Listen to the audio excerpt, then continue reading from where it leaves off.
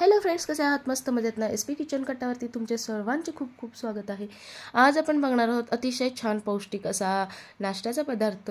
तर बघा, त्यासाठी मी 1 कप बेसन घेतलेला आहे, पाव कप तांदळाचे पीठ घेतलेलं आहे, त्यामध्ये बारीक चिरलेला कांदा, बारीक चिरलेले टोमॅटो, किसलेले गाजर आणि बारीक चिरलेली मिरची तसेच कोथिंबीर हे सगळे जिन्नस घालायचे आहेत।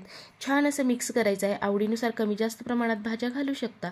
हे छान मिक्स करायचं आहे। जे भाज्यांना पाणी सुटतं त्यामध्ये पीठ थोडंसं ओलसर होईल, त्यामुळे आपल्याला पाण्याचा अंदाज कळेल। आता सुके मसाले 1 चमचा तीळ, धने पावडर, जिरे पावडर, लाल तिखट घातलेला आहे, हिंग पावडर टाकली आहे, हळद अर्धा चमचा घातलेली आहे।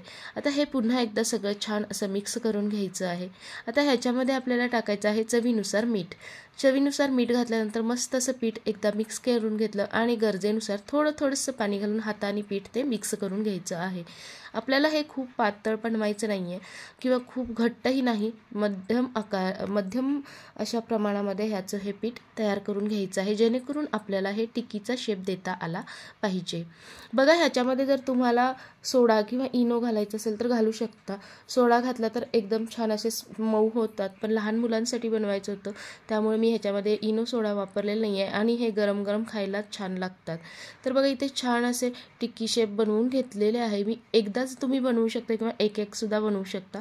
तर मी ते एकदाच सगळे बनवलेले आहेत। तेलामध्ये मी शॅलो फ्राय करणार आहे हे, त्यामुळे एकदाच बनवून घेतलेले आहेत छान। आता एका पॅनमध्ये थोडंसं तेल टाकलेलं आहे आणि तेल गरम झाल्यावरती त्यामध्ये ह्या ज्या टिक्की आहेत त्या ठेवलेल्या आहेत। बघू शकता इथे थोडंसंच तेल आहे। आता ह्याच्यावरती ना झाकण लावून घ्यायचं आहे, जेणेकरून ती वाफरली जाईल पटकन।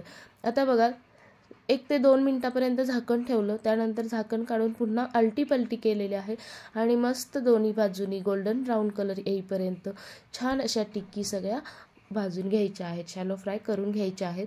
इथे आपल्या टिक्की तयार झालेल्या आहेत। तुम्ही चटणीसोबत, सॉससोबत खाऊ शकता किंवा तसंचही खाऊ शकता। असाच वेगळा नाश्ता, असेच वेगवेगळे पदार्थांसाठी तुम्ही माझ्या चॅनलला सबस्क्राईब करा, लाईक करा, शेअर करा। पुन्हा भेटू नवीन रेसिपीसोबत। Bye bye.